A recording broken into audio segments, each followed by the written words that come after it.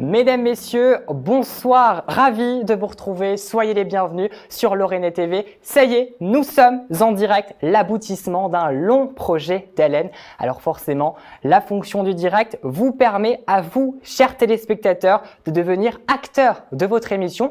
Donc je vous propose dès à présent de réagir avec nous, avec le hashtag Lorena TV ou encore même de poser des questions à notre invité du soir. Alors pour cette grande première, j'ai la chance d'avoir avec moi sur ce plateau Victor Noël.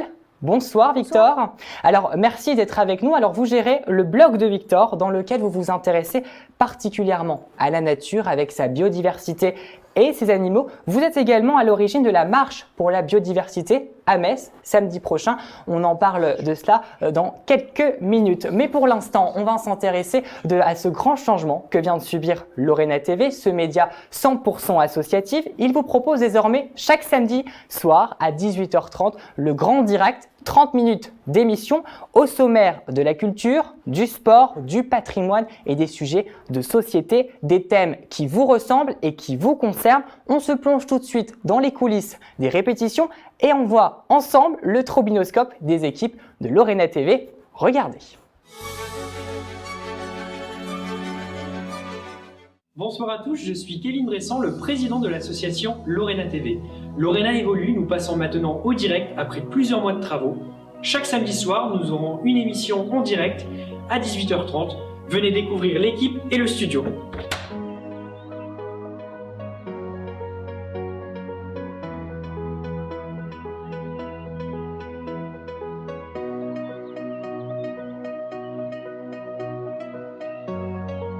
Bonjour, je m'appelle Pierre, j'ai rejoint Lorena TV il y a 5 ans maintenant et je vais m'occuper de tout ce qui touche à la communication digitale et à la présence en ligne. Bonjour, je m'appelle Marine, je suis journaliste reporter d'images et je me suis lancée dans l'aventure Lorena TV parce que j'avais envie enfin d'être devant la caméra et plus derrière. Et le décompte va tout de suite après. Bonjour à tous, je m'appelle Valentin Piovesan et j'ai eu la chance de rejoindre les équipes de Lorena TV il y a quelques semaines. Alors pourquoi ? Parce que tout simplement je suis passionné par le journalisme et les milieux de l'audiovisuel. Je vais pouvoir vous retrouver principalement en plateau, en studio pour recevoir différents invités de différents domaines pour parler de l'information générale. À très vite.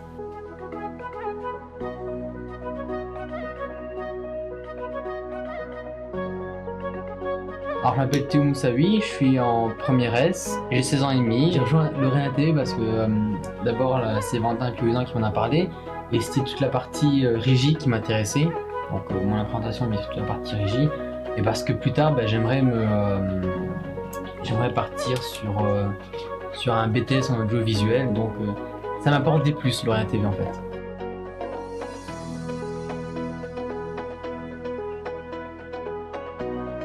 Bonjour, je m'appelle Pierre et j'ai rejoint Lorena TV en 2015.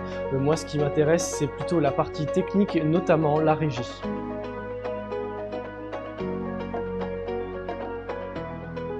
Alors bonjour, je m'appelle Valentin, je suis étudiant en BTS audiovisuel, plus particulièrement dans l'option d'exploitation.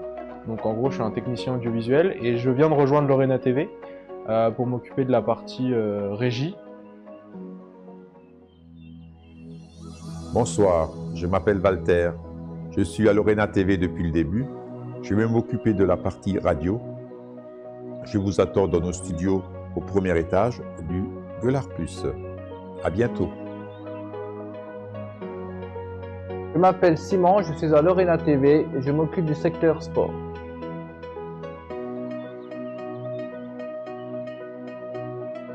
Ce qui m'intéresse dans Lorena TV, c'est le côté collaboratif, participatif, tout le monde apporte ses compétences et ça permet d'échanger, d'avoir des nouvelles compétences tous les jours. Je me suis dit que c'était une super opportunité pour mettre le pied à l'étrier comme on dit et aussi de rencontrer des tas d'associations, etc., se faire un vivier de contact, c'est important quand on est dans le milieu du journalisme et voilà, une aventure humaine et surtout se faire plaisir. Bonne soirée à tous et à très bientôt sur Lorena TV. C'est dur au pied levé comme ça, mais c'est très intimidant au début, puis quand on est dedans, ça va tout seul. Ingénieur son et son fin prêt pour que nous vivions ensemble dans moins de 2030 le basculement de Lorena TV en direct. C'est chaud. Sur l'entraînement, on a une semaine de direct et j'espère qu'on sera prêt pour samedi prochain.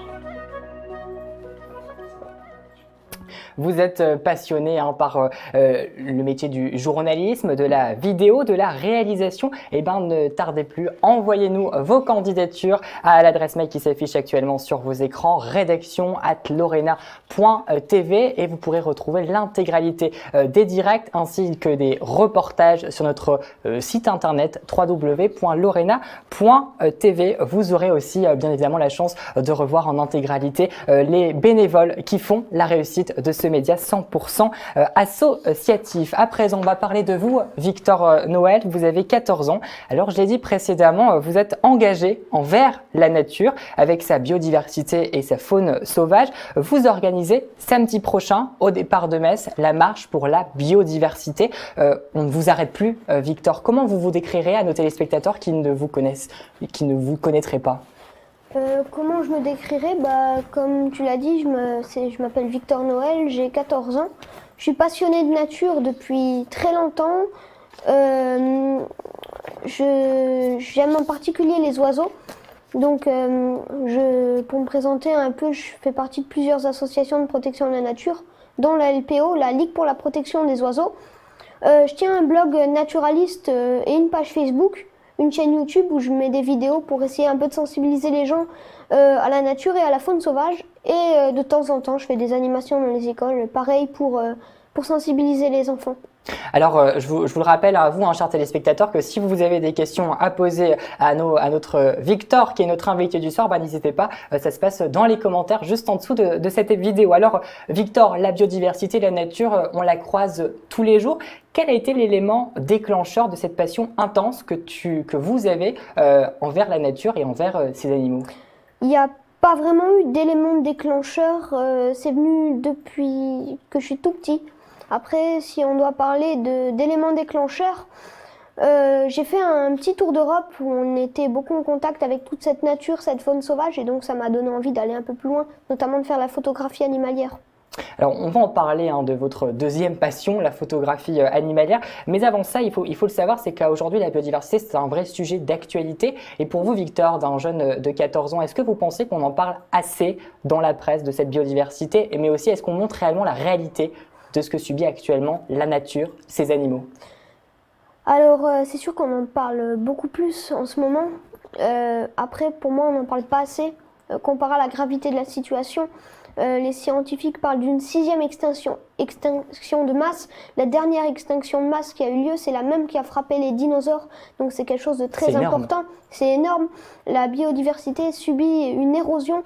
Donc beaucoup d'espèces vivantes sont impactées et à la longue, notre espèce, l'humain aussi, est impacté. Donc c'est un problème très important. Donc oui, je pense qu'on n'en parle pas assez. On n'en parle pas assez et je vous propose qu'on voie, regardez cet article du Monde qui est paru hier avec comme titre « La Botswana décidée à légaliser la chasse aux animaux sauvages ». On voit actuellement à l'écran l'article. Alors la Botswana, c'est un pays d'Afrique. Il faut savoir que le pays a confirmé jeudi son intention de légaliser la chasse aux animaux sauvages sur son territoire. Il faut savoir que ce territoire-là, il regroupe la plus grande population africaine d'éléphants. Alors je présume que vous n'avez pas le sourire, Victor, quand vous voyez ce type d'article dans la presse. Ouais, forcément, quand on voit ça, c'est sûr qu'on n'a pas le sourire. C'est vraiment quelque chose que je trouve aberrant. Après, ce qui est marrant avec tous ces articles-là, c'est que limite, les Français connaissent plus l'état de la biodiversité ailleurs, dans notre pays, que ce soit en Afrique, le braconnage sur les éléphants ou les rhinocéros, ou en Asie, le tigre qui disparaît. C'est sûr que c'est très important, mais on parle beaucoup de ces ours polaires sur la banquise, de tous ces grands animaux qui nous font, que tout le monde connaît. Mais on parle moins de notre faune sauvage de France, qui elle aussi subit beaucoup de dégâts. Limite, on connaît plus les problèmes de la chasse dans d'autres pays, comme j'ai dit tout à l'heure sur les éléphants par exemple, que la chasse en France, il y a des espèces d'oiseaux qui sont chassables légalement en France alors qu'elles sont placées sur la liste rouge des espèces en danger, ou bien des espèces dites nuisibles qui peuvent être chassées toute l'année en France, y compris en période de reproduction. Donc c'est quelque chose de très aberrant pour moi. On va parler de la chasse en France, on va prendre l'exemple des éléphants en Afrique. Est-ce qu'on pourrait les comparer à ce qui se passe en France actuellement avec la chasse au sanglier, la chasse au renard? Alors, bien évidemment, en y remettant le contexte et l'échelle. Alors, est-ce qu'on pourrait comparer la chasse aux éléphants avec la chasse aux sangliers? Oui, d'une façon et non de l'autre. Alors là, de la première façon, je dirais qu'on peut comparer la chasse à l'éléphant et la chasse au sanglier éthiquement parlant. Dans les deux cas, on tue un animal qui a autant le droit de vivre l'un dans l'autre, donc pour moi, éthiquement, ça revient au même. Donc, sur l'individu, ça revient au même. Après, sur l'espèce, c'est sûr qu'on ne pourrait pas trop comparer, vu que l'éléphant, c'est quand même une espèce qui est en danger, que le sanglier, c'est pas une espèce qui est en danger en France. Les populations de sangliers ont même tendance à augmenter. C'est pas pour ça qu'on doit lui faire subir une population de chasse, une pression de chasse. Mais voilà, donc je pense qu'on peut comparer ça. Pour moi, c'est la même chose éthiquement. Après, sur la dégradation de l'espèce, non. Alors, Victor, vous êtes aussi photographe naturaliste. Alors, c'est simple, vous pouvez rester 3-4 heures au même endroit sans bouger pour avoir la meilleure photo. On en a vu certaines arriver sur l'écran. Quand on voit le résultat, on n'a plus qu'à vous dire chapeau et félicitations pour ces magnifiques photos qu'on voit actuellement à l'écran. Qu'est-ce que vous appréciez dans la photo? Cette passion, encore une fois, intense. Plusieurs choses. Déjà, moi, avant tout, la photo animalière, naturaliste, c'était un moyen de graver dans le marbre un peu ce que je vois. Parce que pour moi, la photographie naturaliste, c'est un bon moyen de montrer aux gens ce qui se passe dans la nature. Parce que soit on a des gens qui vivent dans la ville et qui n'ont pas forcément l'occasion d'observer des oiseaux qui se trouvent dans la nature, ou bien inversement, il y a des gens qui vont faire tous les dimanches un jogging dans les bois, ou voilà, qui vont aller pique-niquer au bord d'un étang, sans vraiment trop prendre le temps d'ouvrir les yeux, de regarder ce qu'il y a autour de soi, l'oiseau sur la branche, voilà. Donc pour moi, la photo, c'est un bon moyen de montrer à tous ces gens ce qui se trouve dans la nature. Et puis... de faire passer un message également. Ouais, de faire passer, peut-être qu'en montrant la nature sous de belles facettes, ça peut aider à la sensibilisation. Après, forcément, j'aime bien le côté esthétique de la photo. Et puis voilà, pour un peu l'éthique, je vais pas dans les zoos, je vais pas dans les parcs, je reste vraiment sur le milieu naturel pour prendre en photo les animaux. La photo, c'est plus qu'une image pour vous. C'est une réelle prise de conscience que vous essayez de transmettre aux jeunes, mais aussi bien aux adultes. Non, j'irai pas jusque-là en disant une prise de conscience. Mais ouais, je pense que sans les photos, il y aurait beaucoup de choses que les gens ne se rendraient pas compte, des espèces qu'on n'a pas forcément l'habitude de voir. Si elles n'étaient pas filmées ou photographiées, les gens ne sauraient même pas qu'elles existent. Donc pour moi, c'est assez important tout ça. Bien sûr, en respectant le milieu naturel, parce qu'il y a des photographes que pour faire la meilleure photo, ils sont prêts à aller déranger des oiseaux. Il y a déjà eu des cas avec des cigognes noires, des nichés de cigognes noires qui ont été abandonnés à cause de photographes. Donc il y a des limites à respecter. Alors vous, à votre échelle d'un jeune de 14 ans, quelles sont les actions que vous menez principalement sur votre territoire ? Alors moi, qu'est-ce que je fais ? Chez vous, derrière, dans un... Voilà, plusieurs choses. Déjà, il y a quelque chose qu'on peut tous faire, c'est adhérer à une association de protection de la nature, qu'elle soit locale ou nationale. Après, ouais, j'essaye d'avoir un jardin qui peut accueillir au maximum la faune sauvage. Donc j'ai fait une mare, voilà, je plante des arbustes un peu pour les oiseaux. J'essaye d'aménager un peu les vergers qu'il y a derrière chez moi pour les oiseaux. Et puis, ouais, je fais partie de plusieurs associations de protection de la nature, donc notamment sur la protection du busard cendré. Donc c'est un rapace que sans l'aide de bénévoles, disparaîtrait de Lorraine. Alors, on retrouve l'intégralité de votre actualité sur votre site internet. Il va sans doute se rafficher à l'écran, vous le voyez, www.leblogdevictor.webnob.fr. On retrouve l'actualité, notamment avec les actions que vous menez sur votre territoire. Vous nous avez parlé des oiseaux tout à l'heure. Est-ce qu'il y en a beaucoup en Lorraine, des oiseaux, non ? Oui, il y en a beaucoup. Il y en a beaucoup. Ouais. Vous en connaissez une grande majorité ? Oui, je connais bien les oiseaux lorrains de France. Après, c'est sûr que les oiseaux exotiques, ça, je connais pas. Alors moi, je vais vous mettre au défi. J'ai déniché 3 photos d'oiseaux de Lorraine. On va regarder la première. Elle va s'afficher à l'écran, cette photo. Et vous allez me dire, est-ce que vous savez à quoi correspond cet oiseau ? Ouais, alors ça, c'est un oiseau très commun que tout le monde connaît. Donc, c'est le rouge-gorge familier, un très bel oiseau de la famille des turdidés, comme le rouge-queue ou le merle noir. Il est très présent en Lorraine. Très, très commun en Lorraine, ouais. C'est un oiseau qui est en hiver très territorial. Généralement, on ne voit pas 2 rouges-gorges en hiver en même temps. Donc c'est très rare, mais des fois, les combats territoriaux en hiver, des rouges-gorges peuvent même être mortels. C'est rare, mais ça peut arriver. Eh bien, c'est juste pour cette première image. On regarde la seconde. Elle arrive, la voici. Ouais, alors ça c'est la maison charbonnière, pareil, un oiseau très commun qu'on a souvent l'habitude d'observer dans son jardin ou même niché dans son jardin.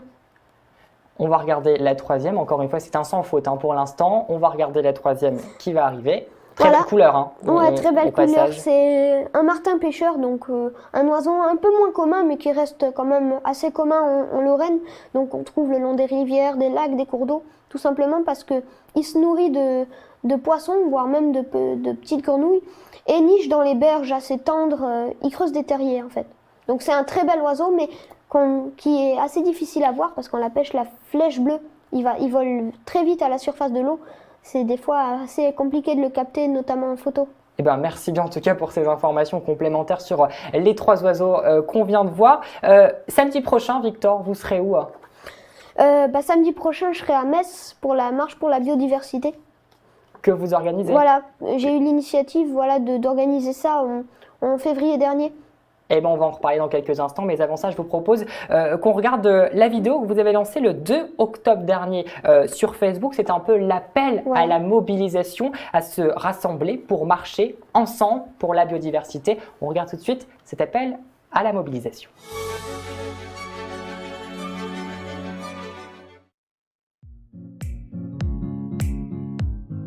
Salut!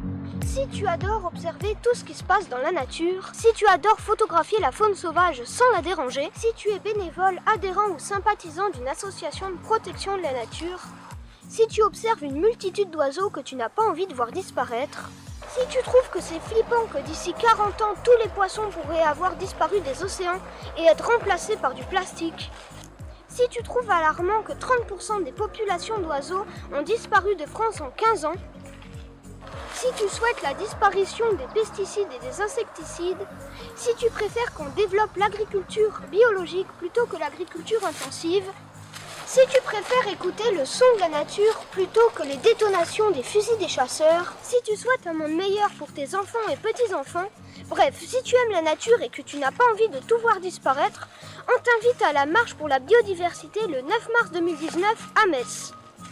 Ah, j'ai oublié. Viens avec ta femme, ton facteur, ton cousin Germain, bref, ne viens pas seul. On a tous une bonne raison de marcher pour la biodiversité. En tout cas, moi, je suis prêt.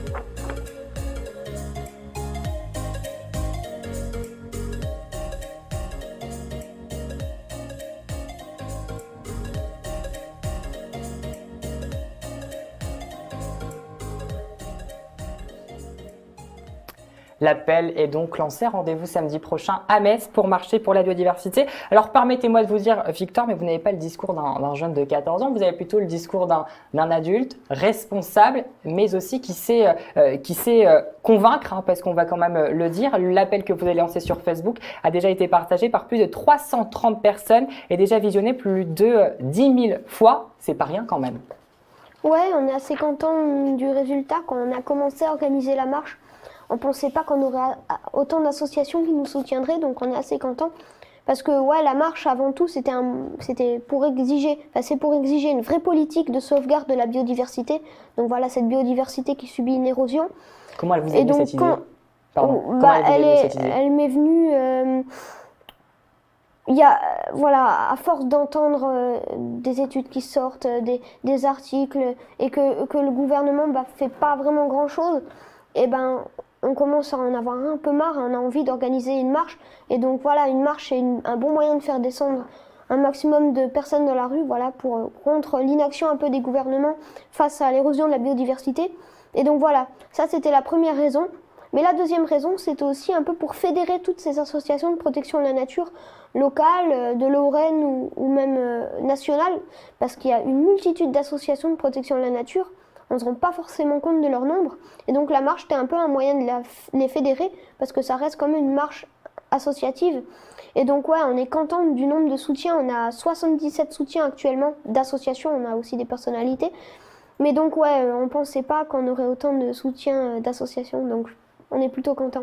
Alors, comment que ça se passe l'organisation d'une marche? C'est pas si simple de mobiliser les gens, mais aussi au niveau du tracé, du parcours, comment que ça s'est passé l'organisation de la marche? En plus de ça, dans un contexte de mouvement social, notamment avec les Gilets jaunes. Ouais, c'est sûr, c'est pas simple d'organiser la marche.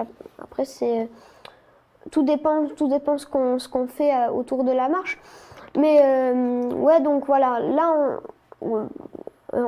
tu parlais justement des gilets jaunes à côté. On avait une crainte, c'était que la marche soit annulée si jamais il y avait une autre manifestation le jour-là, notamment des gilets jaunes.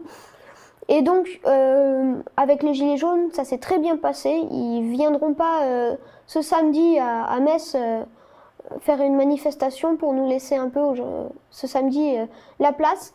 Et donc je remercie les gilets jaunes pour samedi.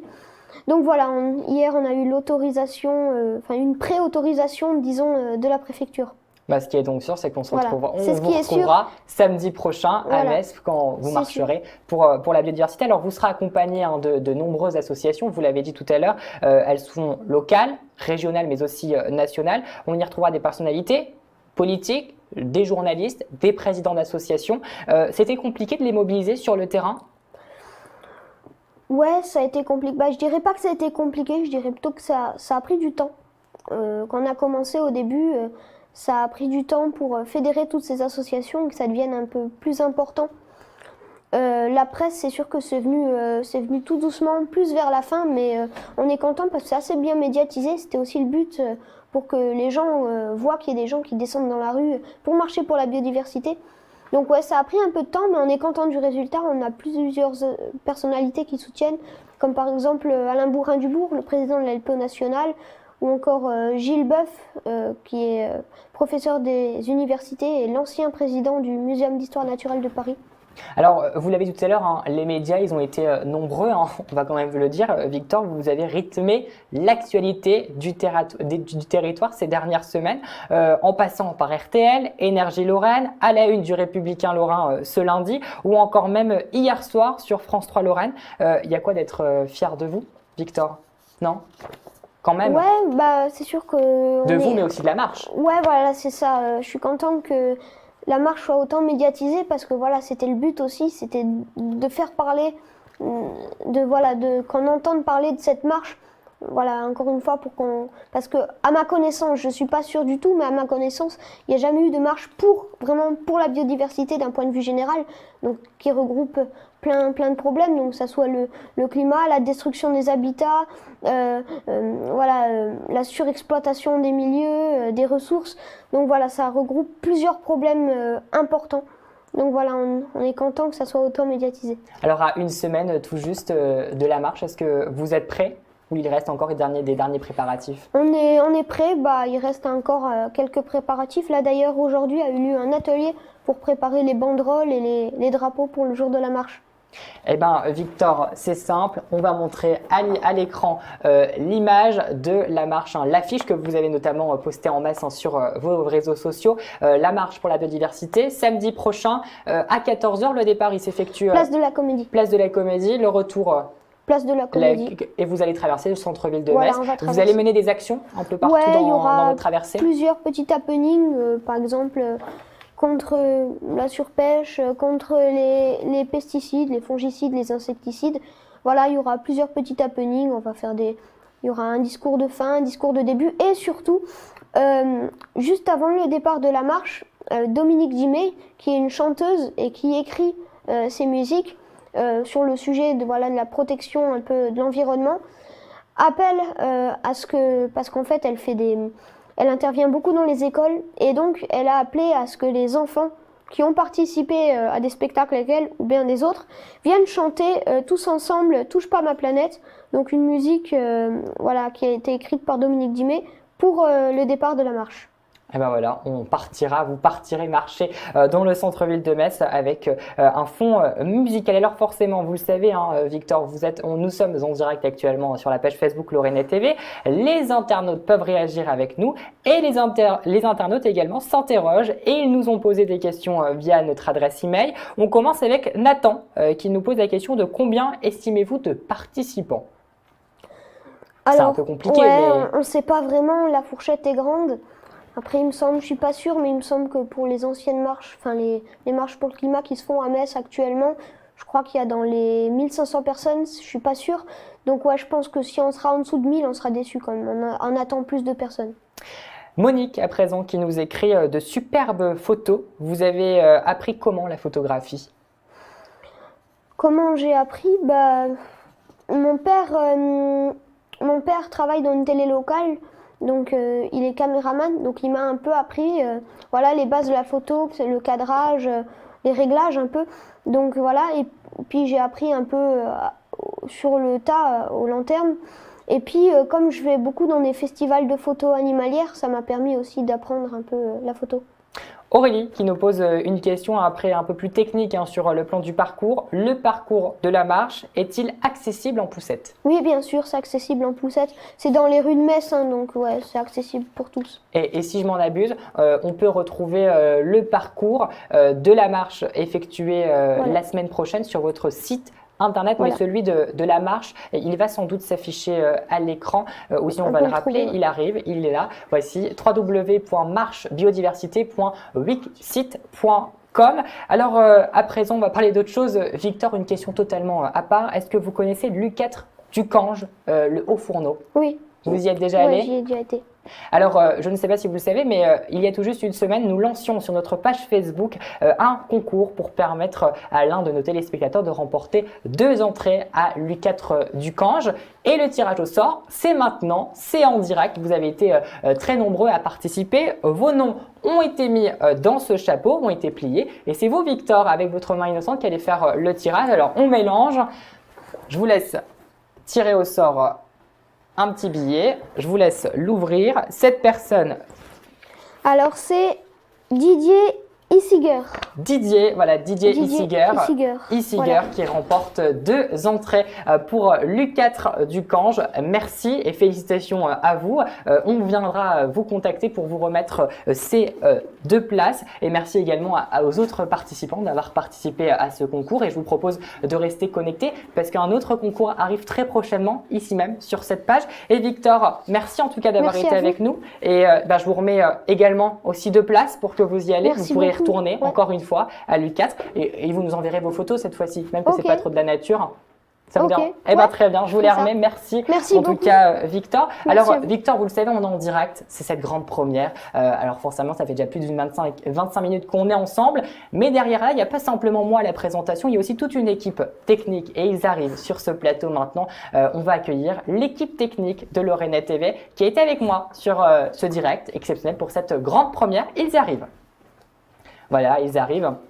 Ils vont s'installer un peu partout sur ce plateau, réalisateurs, journalistes, caméramans ou encore même ingénieurs son. Ils sont tous là. Merci à vous les garçons d'avoir été à mes côtés pour cette grande première de Lorena TV. On peut vous féliciter parce que jusqu'à présent vous avez fait un travail exceptionnel. Vous pouvez faire un petit coucou à la caméra qui se trouve juste en face. Voilà, on salue nos téléspectateurs. Merci infiniment. On va vous laisser reprendre vos différentes places pour conclure l'émission. Alors Victor Noël, on va rappeler quelques informations importantes sur la marche. Ça se passe samedi prochain au départ de Metz à 14 h, place de la Comédie. On retrouve l'intégralité de l'actualité sur Facebook, le blog de Victor, sur Facebook avec la marche pour la biodiversité et sur les sites internet www.marchebiodiversité.wixsite.com ainsi que www.leblogdevictor.wenob.fr. On remercie bien évidemment aussi nos partenaires sans qui forcément ce direct n'aurait pas pu avoir lieu, le ministère de la Culture, et on remercie également la ville de Nilvange pour la mise à disposition de ce local et de ce très très joli studio. La semaine prochaine à 18h30, vous retrouverez Marine Schneider aux commandes de cette émission et j'aurai le plaisir de vous retrouver avec Kevin Bressan le samedi 16 mars. Merci aussi à vous de votre fidélité. Restez connectés sur les réseaux sociaux. Merci à vous. Victor, qu'est-ce qu'on peut vous souhaiter pour la suite? Beaucoup de monde le jour de la marche. Eh bien nickel, on vous souhaite plein de belles choses et notamment de nombreuses personnes à la marche. Merci. On sera à la marche et vous pourrez retrouver un reportage intégral sur la marche de Victor samedi prochain dans l'émission de Marine Schneider. Je vous souhaite de passer une excellente soirée. Je vous dis à très vite. Bonsoir, à la prochaine.